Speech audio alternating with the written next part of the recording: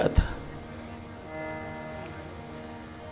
तो यह पावन स्थली, परम पवित्र स्थली है, हम सबके लिए बहुत बड़ा तीर्थ है, क्योंकि यह आध्यात्मिक ऊर्जा का स्रोत है।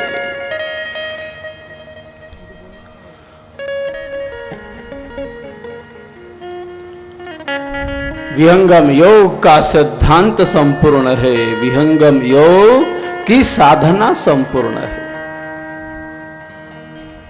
आज अनेकों मत संप्रदाय, उनका कोई सिद्धांत नहीं, कोई सैद्धांतिक ग्रंथ नहीं,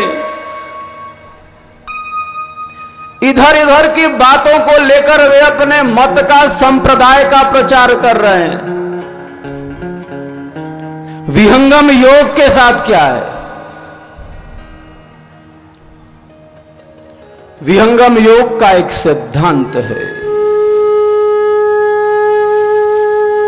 और इसकी साधना पद्धति है। एक सिद्धांत है और दूसरा साधनात्मक पक्ष है। सिद्धांत है और क्रिया है। ये ब्रह्म विद्या के दो भेद होते हैं। यह जो ब्रह्म विद्या है, यह जो विहंगम योग है, इसके दो भेद हैं। पहला मामला सिद्धांत का है और जो दूसरा है वह साधना का पक्ष है, वह आंतरिक साधना का पक्ष है।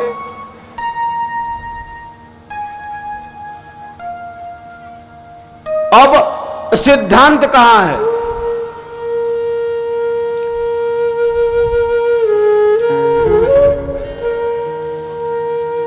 स्वर वेद में विहंगम योग का संपूर्ण सिद्धांत छिपा है, क्योंकि यह प्रमुख सैद्धांतिक ग्रंथ है।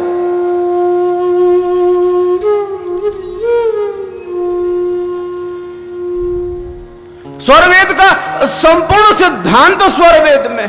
स्वामी जी ने कहा, जिस ज्ञान को मैंने साधना के आधार पर अपनी आत्मा में धारण किया है, उसी ज्ञान को मैं अभिव्यक्त कर रहा हूं।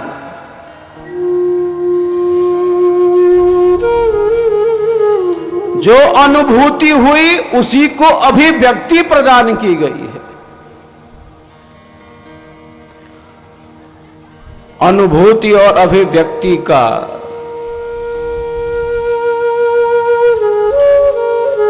अद्भुत सामंजस्य हम स्वर वेद में पाते हैं। सद्गुरुदेव को आध्यात्मिक अनुभूतियां हुई, और कैसे हुई अनुभूतियां? उसका आधार बौद्धिक नहीं था, उसका आधार बुद्धि नहीं थी, उसका आधार पुस्तक नहीं था।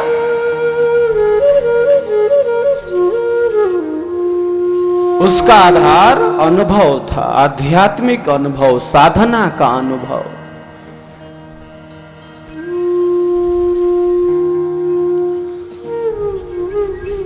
इसीलिए दर्शन के आचार्य क्या कहते हैं? आप्तोपदेशः शब्दः, जो आप्त पुरुष की वाणी है वही प्रामाणिक वाणी है, जिसने स्वयं उस सत्य का साक्षात्कार किया। कैसे किया? साधना के धरातल पर किया, आध्यात्मिक अनुभव के आधार पर किया। उसी का कहा सत्य है।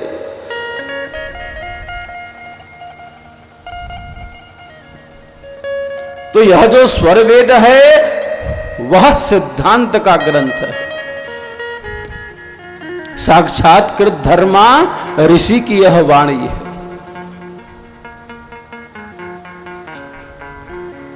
तो ब्रह्म विद्या दो भेद है, तत्व ज्ञान अभ्यास। प्रथम बोध तत्वन करे, अंतर भेद समास।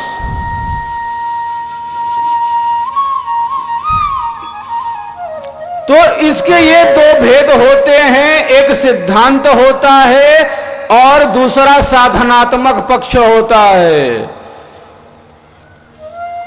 एक सिद्धांत है और दूसरा क्रिया पक्ष है। और स्वर वेद में सबके सूत्र प्राप्त होते हैं।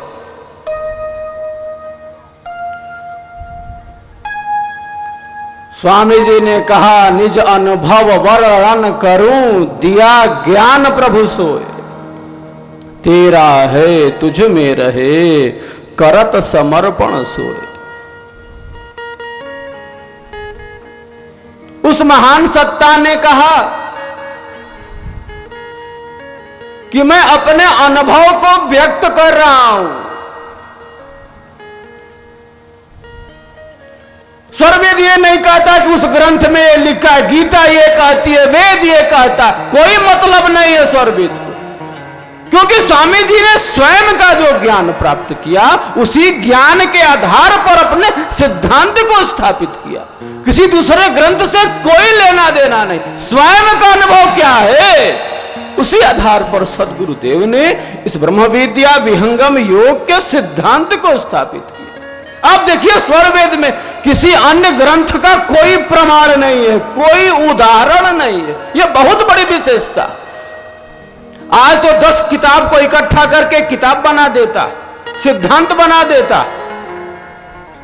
यह बहुत बड़ी विशेषता। सद्गुरुदेव के ग्रंथों में किसी अन्य ग्रंथ का कोई उदाहरण नहीं है।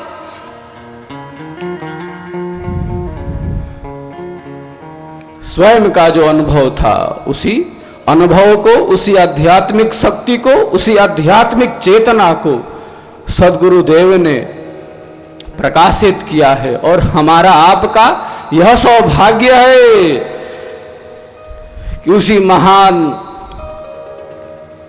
सत्ता के हम संरक्षण में हैं। सद्गुरुदेव कहते थे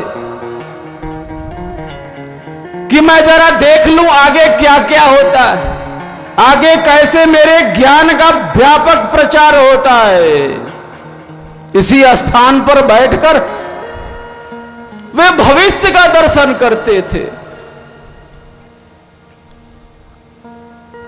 वह सत्ता आज भी हमारे पास है, विद्यमान है।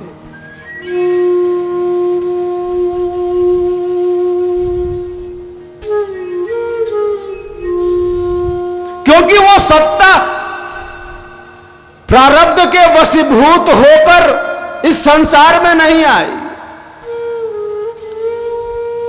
जो संसारी जीव होता है, जो साधारण जीव होता है, कैसे आता है? उसको प्रारब्ध भोगना है, उसको नूतन कर्मों का सृजन करना है।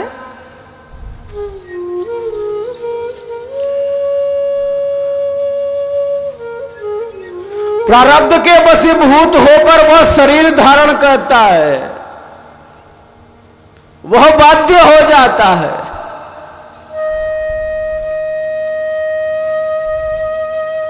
स्वामी जी ने अपने सृष्टि का स्वयं सृजन किया है।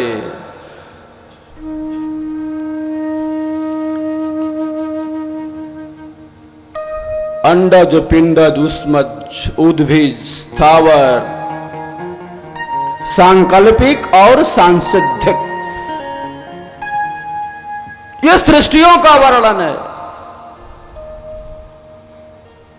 तो सद्गुरुदेव ने सांसिद्धिक सृष्टि का सृजन किया, जिसमें योगी इच्छानुकूल होकर शरीर को धारण करता है और शरीर को छोड़ भी देता है। वो अपनी स्वयं की इच्छा से करता है। और दर्शन के आचार्य इसका प्रमाण भी देते हैं। स्वामी जी ने अपने भौतिक शरीर का परित्याग किया, योग मुद्रा में स्थित होकर किया। मृत्यु को अपने अधिकार में रखकर शरीर को त्यागा उस महान सत्ता ने। कहा कि मृत्यु मेरे लिए क्रीड़ा है, खिलवाड़ है, और योगी वही है जो जब चाहे शरीर से निकल जाए और शरीर छोड़कर अपने भावों को प्रकट करता हो। स्वामी जी ने इसी पवित्र भूमि पर योग मुद्रा में स्थित होकर अपने भौतिक शरीर का परित्याग किया।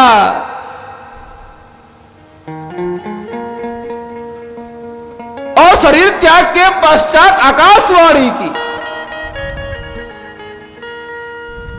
नस नाड़ी बंद थी सदगुरु की और वाणी हो रही है।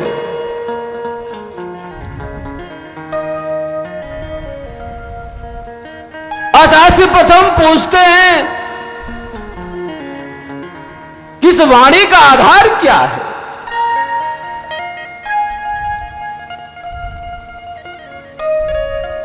स्वामी जी कहते हैं इस वाणी का जो आधार है वह अक्षर है। मैं अक्षर मंडल से बोल रहा हूं, मैं वहां से बोल रहा हूं जहां से सृष्टि और प्रलय होता है। स्वामी जी ने कहा कि मैं उस भूमि पर स्थित हूं जहां से सृष्टि और प्रलय की क्रिया होती है।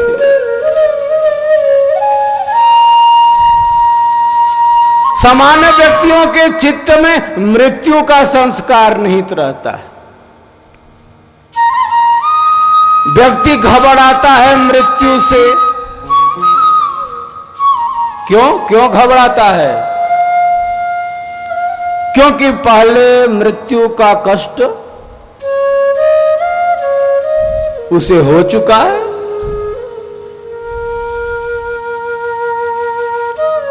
जन्म और मरण की पीड़ा को वह जानता है।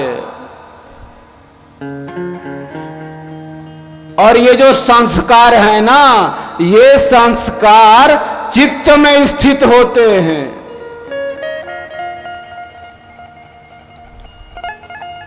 जन्म और मरण के समस्त संस्कार चित्त में स्थित है। इसीलिए जब प्राणों पर संकट आता है तब व्यक्ति घबराता है,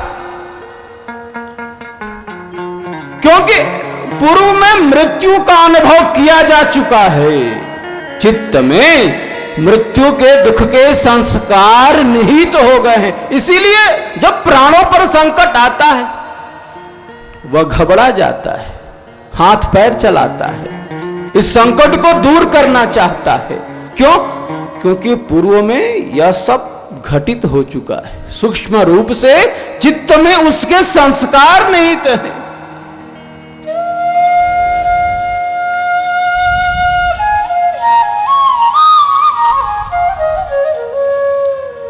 जिसे योग दर्शन में महर्षि पतंजलि कहते हैं कि यह अभिनिवेश क्लेश है, जो सामान्य जनों के साथ ही भौतिक विद्या के आचार्यों को भी प्राप्त होता है। तो सद्गुरु देव ने मृत्यु का अतिक्रमण कर लिया, अमृत तत्व की प्राप्ति की उन्होंने। इस ब्रह्म विद्या, इस विहंगम योग के द्वारा, इसकी साधनात्मक पद्धति के द्वारा, और कहा कि जो भी व्यक्ति, जो भी साधक मेरे इस अनुभूत पथ पर चलेगा, मैं उसको भी वहां पहुंचा दूंगा, उसकी आत्मा को जागृत कर दूंगा। विहंगम योग के सिद्धांत और साधना को सद्गुरुदेव ने स्पष्ट धरातल प्रदान किया है। और आचार्य प्रथम का बहुत बड़ा योगदान है, क्योंकि स्वर वेद का अगर भाष्य नहीं होता, सिद्धांत तो स्पष्ट होने वाला नहीं था। स्वर वेद का अगर भाष्य नहीं होता तो सिद्धांत तो किसी के पल्ले में नहीं पड़ता, क्योंकि ये क्लिष्ट था और सबके बस का खेल नहीं कि स्वर वेद पर कलम चला दे, लेखनी चला दे। स्वामी जी ने इसी भूमि पर कहा था, स्वर वेद का ज्ञान मुझे है या आचार्य श्री प्रथम को है। आचार्य श्री को इंगित करते हुए कहा था कि स्वर वेद का ज्ञान आज विश्व में 2 व्यक्तियों के पास है। वह ज्ञान मेरे पास है और इनके पास है। तो स्वरवेद के भाष्य से सिद्धांत को स्पष्ट धरातल प्रदान किया आचार्य श्री प्रथम ने।